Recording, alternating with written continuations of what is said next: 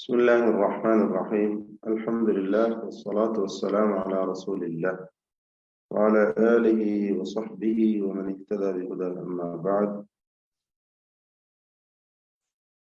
കഴിഞ്ഞ തവണ നാം പരിശുദ്ധ ഖുർആനിലെ ചില പദങ്ങളിൽ പ്രത്യേകമായി ശ്രദ്ധിക്കേണ്ടതായ പാരായണ രീതികൾ, അതായത് റിവായത്ത് ഹഫ്സ് പ്രകാരം പാരായണം ചെയ്യുമ്പോൾ നാം അറിയേണ്ട ചില പ്രത്യേക നിയമങ്ങളെ കുറിച്ച് സൂചിപ്പിക്കുകയുണ്ടായി. അതിനോടനുബന്ധമായി വീണ്ടും ചില അവശേഷിക്കുന്നതായ ചില പദങ്ങൾ കൂടി ഇന്ന് സൂചിപ്പിക്കാൻ ആഗ്രഹിക്കുകയാണ്. ഞാൻ ഈ നമ്പർ പറയുന്നതായ ആയത്തുകൾ നിങ്ങൾ മറിച്ചു വെക്കണം. എന്നാൽ മാത്രമേ അത് പൂർണ്ണമായും മനസ്സിലാക്കുവാൻ സാധ്യമാവുകയുള്ളൂ എന്നതാണ് തുടക്കത്തിൽ ഓർമ്മപ്പെടുത്താനുള്ളത്. ഒന്നാമതായി സൂറത്തുൽ ബഖറ 245 വചനം. സൂറത്തുൽ ബഖറ 245 വചനം. ഇതിൽ വല്ലാഹു യഖ്ബിദു വയബ്സുതു വഇലൈഹി തുർജഊൻ, അവിടെ ശ്രദ്ധിക്കേണ്ട കാര്യം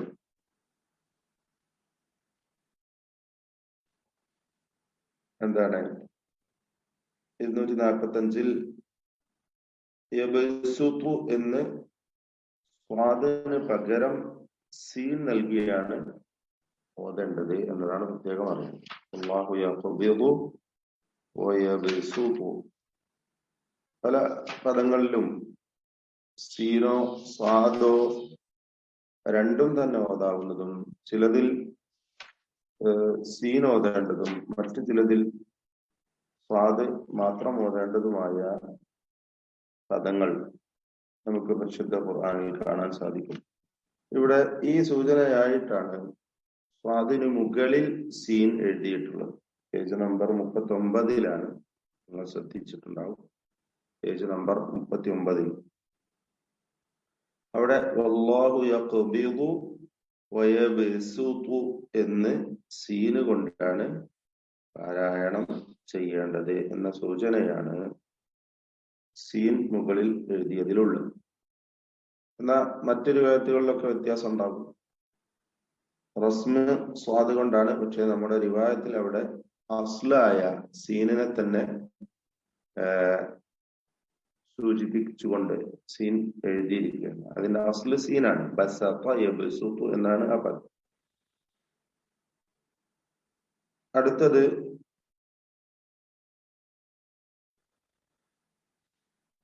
സൂറത്തുൽ അഅറാഫ് 69 വചനമാണ്. സൂറത്തുൽ അഅറാഫ് 69 വചനം. Page number 159. Page number 159.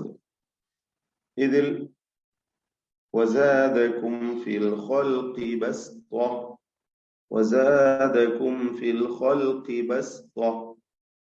ഇവിടെയും എന്ത് വേണം? സീന് നൽകിയാണ് പാരായണം ചെയ്യേണ്ടത്.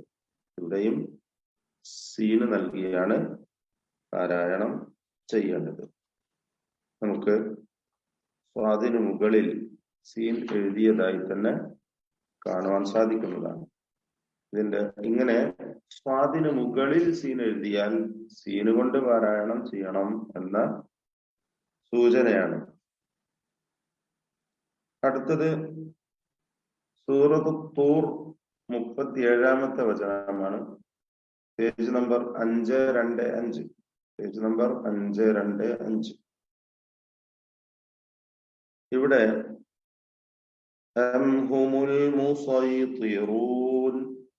ഇതിൽ സ്വാദോ സീനോ രണ്ടും ആകാവുന്നതാണ്. സ്വാദിനാണ് മുൻഗണന നൽകുന്നത്. സ്വാദിനാണ് മുൻഗണനയുള്ളത്. രണ്ടും ആകാവുന്നതാണ്. ഇതിന്റെ അസ്ല് യഥാർത്ഥത്തിൽ സീനാണ്. മുസയ്യിറൂൻ എന്ന് സീനാണ്. അപ്പോൾ ഇവിടെ സൂറത്ത് 37 സീനോ സ്വാദോ രണ്ടും തന്നെ പാരായണം ചെയ്യാവുന്നതാണ്. സ്വാദിനാണ് മുൻഗണന എന്ന സൂചനയാണ്. എന്നാൽ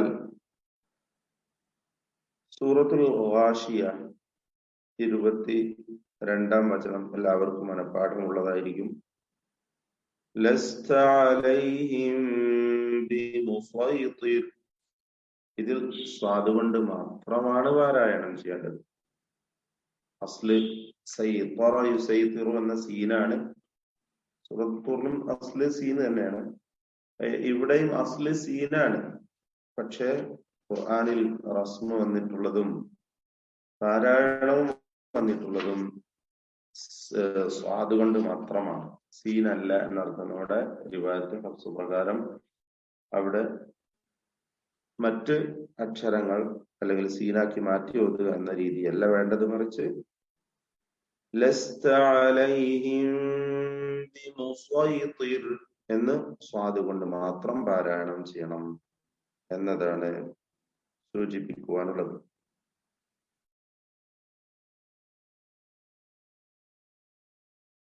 പിന്നീട്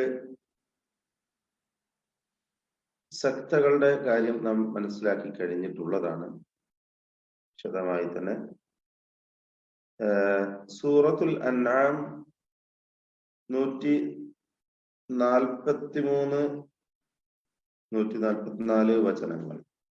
സൂറത്തുൽ അൻആം 143, 144 വചനം. ഇത് നമ്മള് മുമ്പ് സൂചിപ്പിച്ചതാണെന്നാണ് ഞാൻ ഓർക്കുന്നത്. എന്നാലും റിവായത്ത് ഹഫ്സിൽ അവിടെ ശ്രദ്ധിക്കപ്പെടുന്ന കാര്യം പേജ് നമ്പർ 147 കേട്ടോ. Page number 147. എന്താണ് അവിടെ ഉള്ളത്? 8 أزواج من الضأن 2 ومن المعز 2 قل الذكرين حرم أم الأنثيين. ഇത് 2 തവണ ആവർത്തിക്കുന്നുണ്ട്. 143-ലുമുണ്ട് 144-ലുമുണ്ട് ഇതേ പദം, ഖുൽ അദ്ദക്കറൈനി എന്ന പദം. ഈ പദത്തിൽ അദ്ദക്കറൈനി എന്ന മദ് ലാസിം മുസഖൽ കലിമി ആണ് നൽകുക. കാരണം അവിടെ ഹംസത്തുൽ ഇസ്തിഫാം ഹംസത്തുൽ വസ്ലിന് മുമ്പിൽ ചേർന്ന് വന്നിരിക്കുകയാണ്. ഹംസത്തുൽ ഇസ്തിഫാം ആണ് അവിടെ ചേർന്ന് വന്നിട്ടുള്ളത്. ചോദ്യ ചിഹ്നമായ ഹംസ, ചോദിക്കുവാൻ ഉപയോഗിക്കുന്ന ഹംസ. ഇവിടെ ശ്രദ്ധിക്കേണ്ട കാര്യം, ഈ 2 വചനങ്ങളിലും അതേപോലെ തന്നെയാണ്, അതേ വിധി തന്നെ ഇവിടെ പറയാൻ പോകുന്ന വിധി തന്നെയാണ് സൂറത്ത് യൂനുസ് 51, 91 എന്ന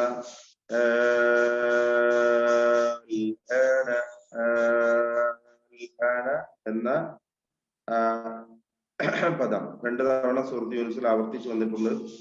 51-ലും 91-ലും നമ്മൾ മുമ്പ് സൂചിപ്പിച്ചു കഴിഞ്ഞതാണെന്നാണ് ഓർക്കുന്നത്. അവിടെ മദ് ലാസിം മുഖഫഫ് കലിമിയുടെ ഏക ഉദാഹരണമാണ്.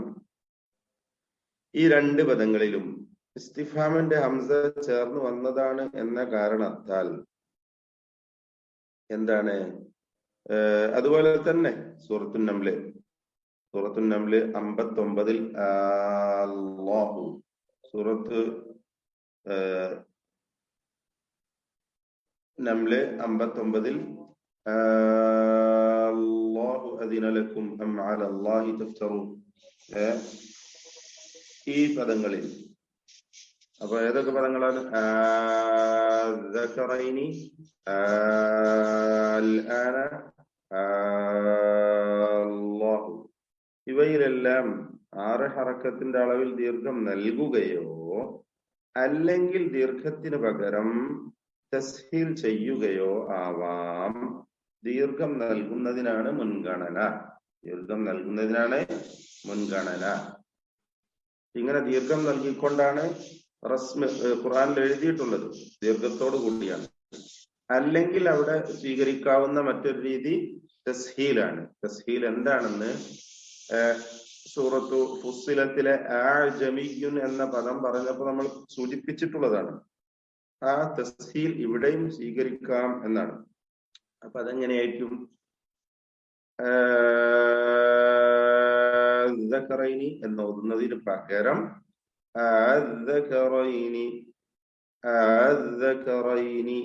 എന്ന് തസ്ഹീൽ ചെയ്യുക.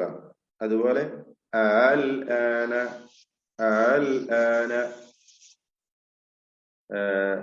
എന്ന് തസ്ഹീൽ ചെയ്തുകൊണ്ട് പാരായണം ചെയ്യുക. അതുപോലെ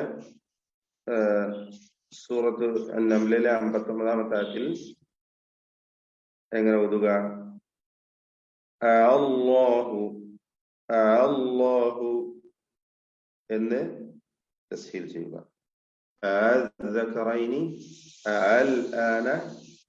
അല്ലാഹു എന്ന് തസ്ഹീൽ ചെയ്ത് ഓതുകയും ചെയ്യാവുന്നതാണ്. എന്നാൽ മദ്ദിനാണ് മുൻഗണനയുള്ളത്. ദീർഘം നൽകിക്കൊണ്ട് ഓതുന്നതിനാണ് മുൻഗണനയുള്ളത്. ഈ രീതിയും ഹഫ്സിന്റെ റിവായത്തിൽ ആകാവുന്നതാണ്. തസ്ഹീൽ ധാരാളമുള്ള തുടരെയായി ഹംസകൾ വരുമ്പോഴൊക്കെയും തസ്ഹീൽ ചെയ്യുന്ന രീതിയുള്ള വേറെ റിവായത്തുകളുണ്ട്. അവർ എല്ലാ തുടരെയായി വരുന്ന ഹംസകളിലും രണ്ടാമത്തേതിനെ തസ്ഹീൽ ചെയ്യുന്നതാണ്. എന്നാൽ മദ് ചെയ്യുന്ന റിവായത്ത് വേറെയുണ്ട്. അൻതും അശദ്ദു എന്നൊക്കെ പറയുന്നിടത്ത് ദീർഘം നൽകിക്കൊണ്ട്